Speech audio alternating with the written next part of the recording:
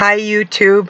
As soon as I started uploading, I remembered what I had forgotten in the video I'm uploading, and then I just about lost it again. I haven't been feeling well, but I'm uploading the video. I wanted to reach a point that I was listening to Gnostic Informant, and him and Dr. Miller were talking about, they both had an understanding that androgynous doesn't necessarily mean, it does not mean in the flesh. They have the understanding that it's a spiritual thing.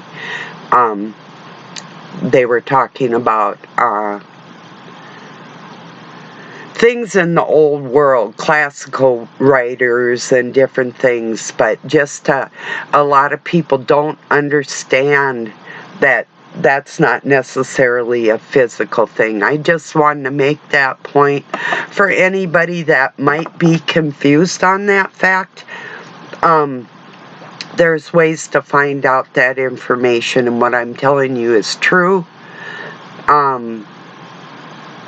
Anyway, and you can look it up where it will say male and female, or the female with the ability to give birth to her own offspring, or think of it in a spiritual sense. It's spiritual androgynous, like I was explaining how Christ could be born on this planet through a woman with the Spirit of God.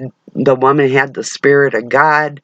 God was essentially an egg inside her that she gave birth to, the Christ Spirit upon this planet.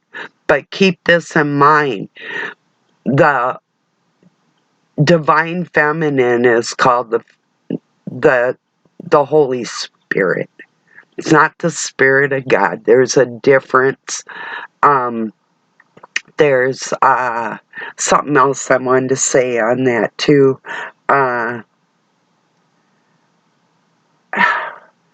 She had the Spirit of God from the beginning. She didn't have to have it come upon her or into her. It was already there.